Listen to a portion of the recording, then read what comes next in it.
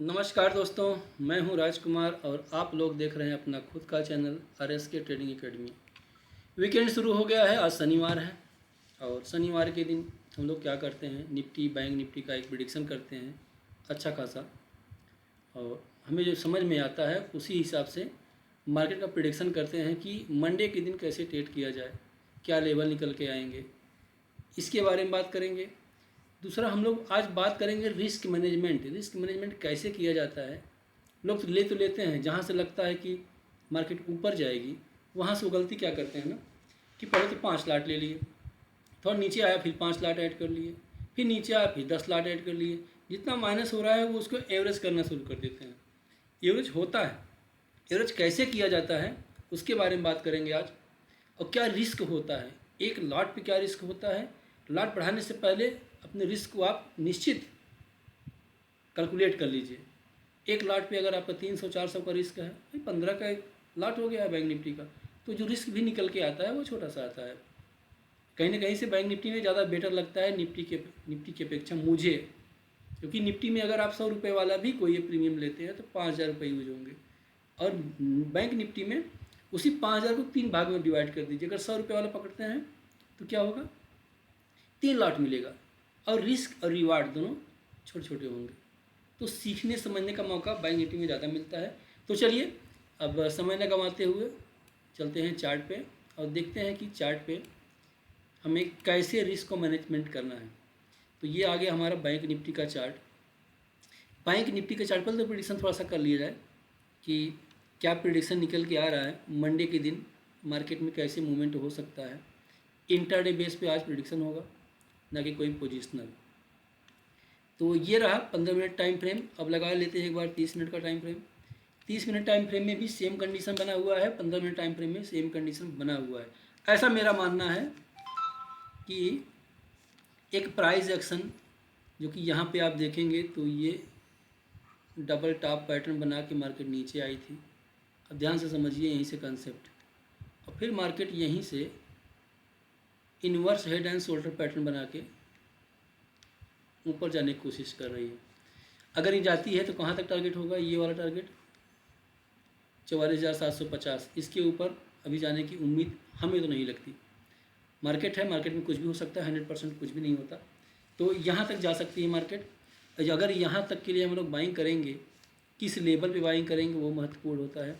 अगर इस लेवल के ऊपर 44,500 के ऊपर एक ग्रीन कैंडल बन जाए 15 मिनट में या 30 मिनट में, तो हमारा टारगेट निकल के आ जाएगा 44,750 का। इसका एसएल क्या होगा, मंडे के दिन अगर ट्रेड करेंगे इसी का लो, इसी के लो के एसएल से हम लोग ट्रेड बना सकते हैं सी साइड के लिए। अब पी साइड के लिए देख लेते हैं सॉरी, ये एक ट्रेंड लाइन है।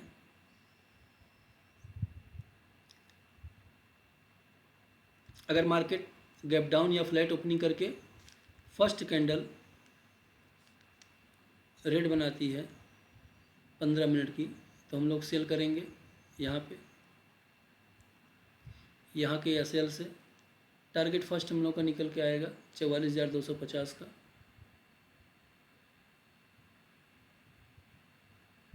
$44,250 और लास्ट टारगेट हम लोगों का निकल के आएगा,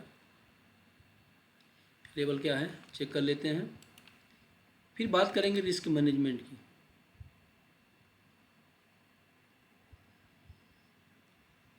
$44,100 के आसपास का सेकेंड टारगेट निकल के आने वाला है। तो ये हमारा पी साइड के लिए हो गया और ये हमारा सी साइड के लिए हो गया। अब हम लोग का भी एकदम क्लियर हो गया है कि हम लोग करेंगे क्या, मार्केट में क्या मूवमेंट होगा, किस तरीके से हमें ट्रेड में पकड़ना है रिस्क मैनेजमेंट करते हुए। अब चलिए अब थोड़ा सा लॉजिकली बात करेंगे, क्योंकि वीकेंड है, वीडियो थोड़ा सा लंबा होगा लेकिन सीखने को बहुत कुछ मिलेगा आज के दिन। तो टाइम फ्रेम को हम कर लेते हैं कितना, 15 मिनट का। इंटरडे में तो लोग 5 मिनट 3 मिनट यूज करते हैं ना, तो क्यों ना वही कर लें, बिल्कुल सही। 5 मिनट का टाइम फ्रेम, ये देखिए। अब 5 मिनट के टाइम फ्रेम में कुछ लग रहा है, ट्रेड बन रहा है यहाँ से, मुझे तो नहीं लगता कुछ स्ट्रेट कुछ दिखाई पड़ रहा है। और डेली टाइम फ्रेम पे देखेंगे ना, छोटी सी कैंडल बनी हुई है, ये देखिए, मतलब मार्केट जहाँ पे ओपन हो रही है उसी के आसपास क्लोज कर रही है, तो कोई मतलब नहीं निकलता। हाँ, तो अब हम बताते हैं कि यहाँ पे 5 मिनट टाइम फ्रेम में यहाँ पे ट्रेड अगर बनता है तो हम क्या करेंगे, हम अपने प्रीमियम का चार्ट लगाते हैं। अगर 5 मिनट टाइम फ्रेम में ये पोजीशन हमें दिखाई पड़ रही है कि ये बना हुआ है बुलिश इनगल्फिंग, तो ठीक है। क्या इसका हाई कटा? इसका हाई कटा तो हम सोचेंगे। अब चलते हैं प्रीमियम के चार्ट पे, वहाँ समझने की कोशिश करते हैं।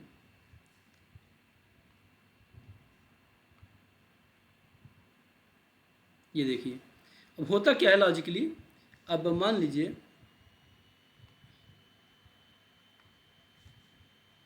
इस जगह पे, इस लेवल के ऊपर अगर मार्केट निकलती है तो हम क्या करते हैं, सी का पोजीशन बनाते हैं। अब हमें पता है कि मान लीजिए एग्जांपल के तौर पे 1 लाट की पोजीशन बनाए तो हमारा क्या नज़र आ रहा है, हमें तुरंत मार्क कर लेना चाहिए ऐसे प्रीमियम के चार्ट में। पैसा प्रीमियम के चार्ट से बनता है, ना कि इंडेक्स के चार्ट से। तो इंडेक्स में आप कैलकुलेशन करके देख लीजिए, आइए प्रीमियम का चार्ट लगाइए, उसके बाद ही ट्रेड कीजिएगा। अगर सफलतापूर्वक ट्रेडिंग करना है तो वहाँ पे देख के करेंगे ना, वहाँ 4 पॉइंट नीचे आएगा तो यहाँ 8 पॉइंट 10 पॉइंट आ जाएगा नीचे। यहाँ के ट्रेड से करेंगे, वहाँ पे अगर बुलिश निकाल्फिंग कोई कैंडल बनती है, वहाँ से हाई कटता है ना, दिखाता हूँ एग्जांपल के तौर पे। जैसे मार्केट गिरते हुए आई और इस तरीके से, उसके बाद कोई ग्रीन कैंडल बन जाती है जो कि इस कैंडल को इनगल्फ कर लेती है। अब हमारे दिमाग में क्या हो गया कि बुलिश इनगल्फिंग कैंडल हो गई, इसके हाई पे हमें सी लेना है। बिल्कुल सही, हाई पे सी लेना है। अब यहाँ पे इसका हाई कट गया, इंडेक्स की बात कर रहा हूँ, देखिए ये हमारा इंडेक्स है, इंडेक्स का। अब इंडेक्स में तो हाई कट गया, अब हमें क्या देखना है, प्रीमियम, जहाँ पे हमारा पैसा बनेगा। अब प्रीमियम के चार्ट में क्या नज़र आ रहा है, देखिए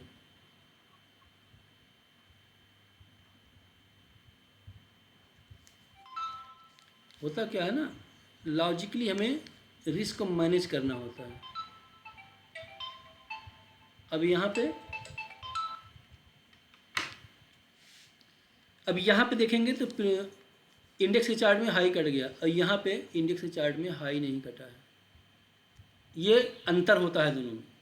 और जब तक यहाँ पे हाई ना कटे एंट्री मत कीजिएगा, नहीं तो यहाँ पे हाई कटने के बाद मार्केट आ जाएगी नीचे। होता लॉजिक लास्ट में क्या है कि मार्केट फिर ऐसे बनाती है, फिर ये कंटिन्यू लोअर लो का स्ट्रक्चर फॉर्मेट कर देती है। अब यहाँ पे भी जब तक आप इसका हाई न कटे तब तक हम नहीं एंट्री करेंगे। चलिए अब मान लेते हैं कि हाई कट गया, अब मान के चलते हैं कि हाई कट गया, ये हाई हमारा ब्रेक हो गया, ठीक।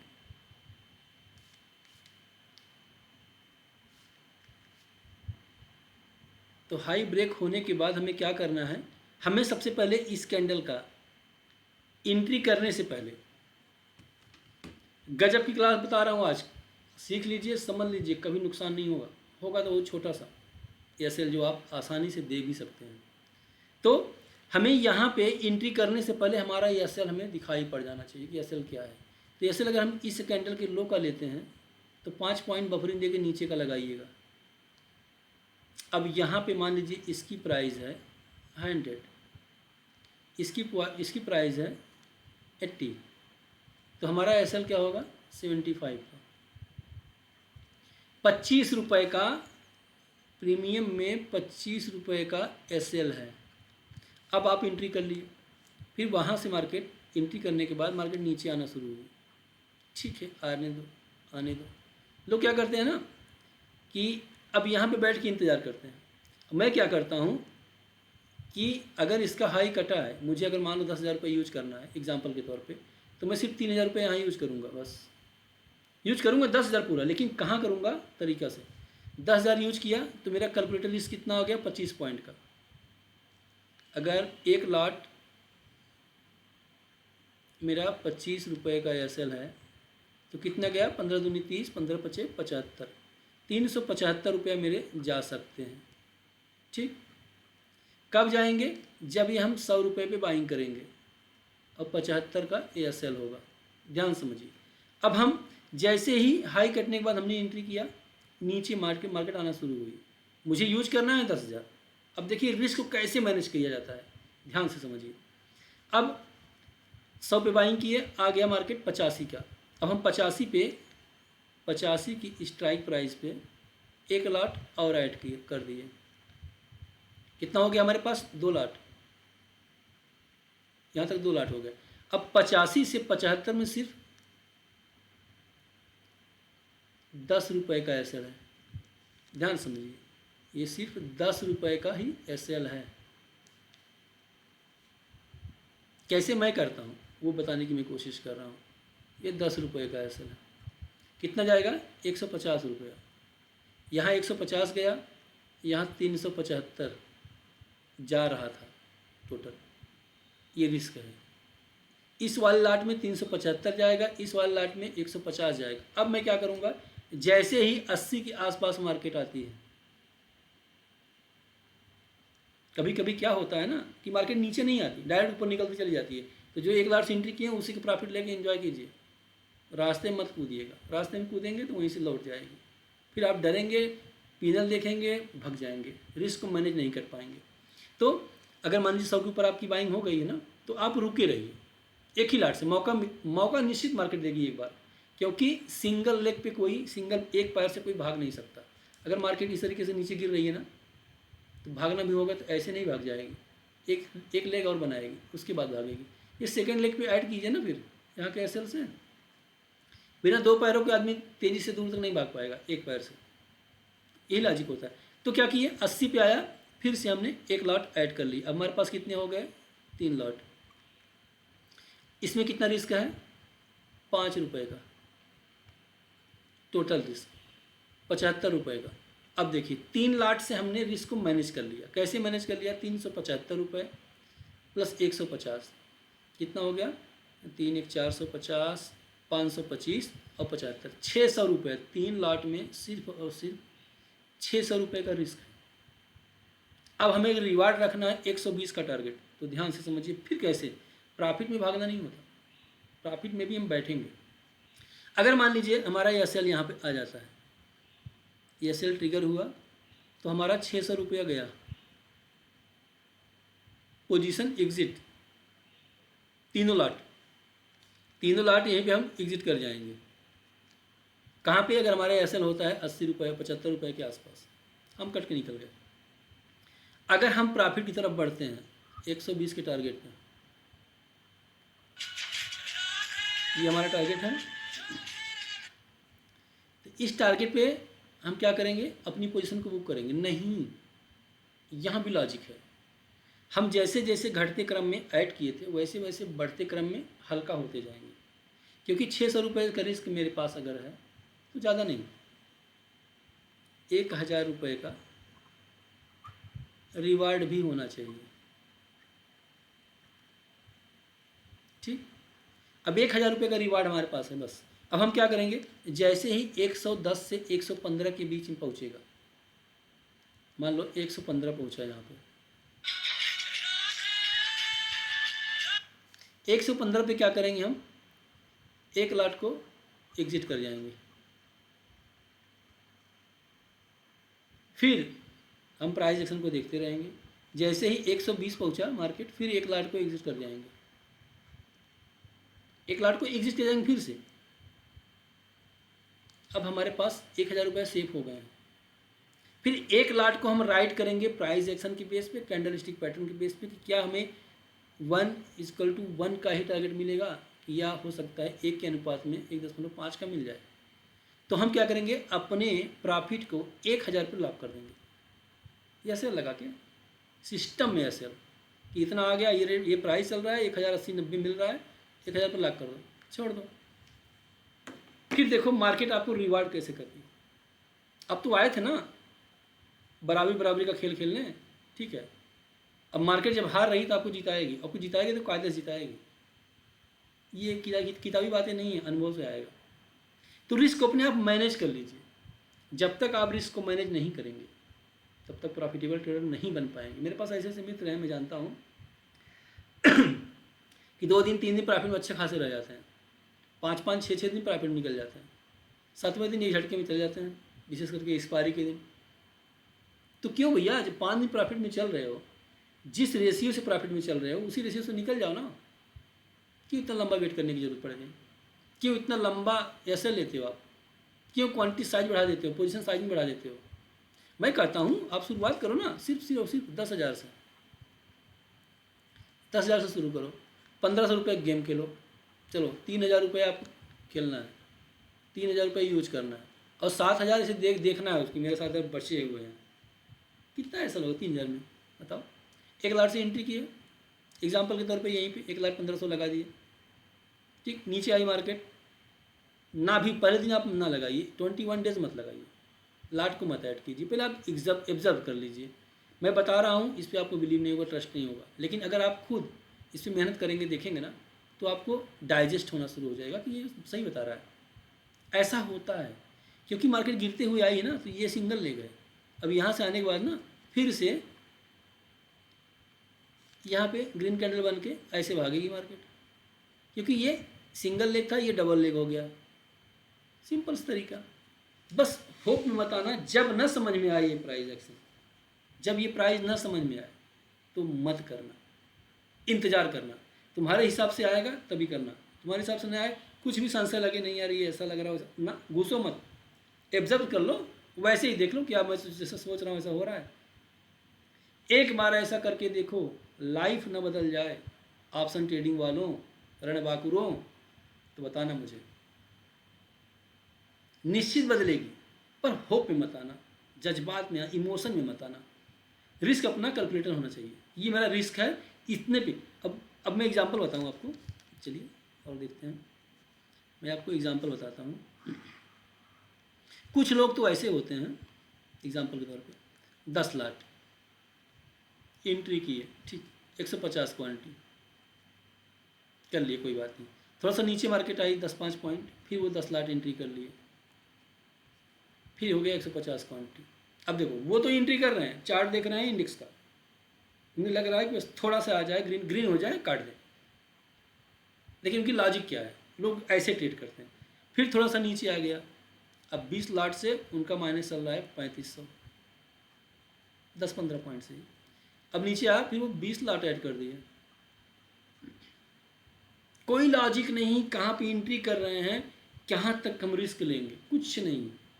अब हो गया 40 लाट, उनके पास 40 लाट हो गया। अब 40 लाट का जरा कैलकुलेशन रिस्क निकालिए, अगर 400 रुपये पकड़ लीजिए, 375 पकड़ लीजिए, 1 लाट कितना होता है? 16-17 हज़ार रुपये का रिस्क बनता है ना। अब जैसे वो 12-13 हज़ार माइनस गया, वो काट दिए, क्योंकि उनका नापा तोला रिस्क नहीं है। एकदम नाप तोल के बनाइए रिस्क ना। एसएल होगा कोई बात नहीं, 100% मार्केट में कोई नहीं होता। एसएल हो रहा है दे दो, 1 नहीं 2 नहीं 3 हो रहा है दे दो, 3 के बाद बंद कर दो। मैं भी तो यही किया था पहले से, अब भी यही करता हूँ। एसएल किसके नहीं होते? जो कहता है मेरा एसएल नहीं होता ना, वो कभी रियल ट्रेड करता ही नहीं। और कुछ लोग रणबांकुरे टाइप के लोग होते हैं ना, वो कहते हैं बॉटम और टॉप, लोग कहते हैं कोई नहीं पकड़ पाते। मैं देखो यहाँ से पकड़ा हूँ। अरे भाई एक दिन तुक्का लग गया ना, 2 दिन तुक्का लग गया, कंटिन्यू करके दिखाओ। जब कंटिन्यू करके दिखाओगे ना, तब समझ में आएगी साइकोलॉजी क्या होती है मास्टरी की। उनको लगता है बस मैं मास्टर हो गया, 2 दिन ग्रीन निकल गए, और तीसरे दिन फिर से उनसे कह दो भैया एक बार जरा सा आ जाओ, पेजर शेयर कर दो, तो रोते हुए दिखाएंगे कि इतना कमाए थे, इतना चला गया। ऐसी लॉजिक पे नहीं ऑप्शन ट्रेडिंग किया जाता।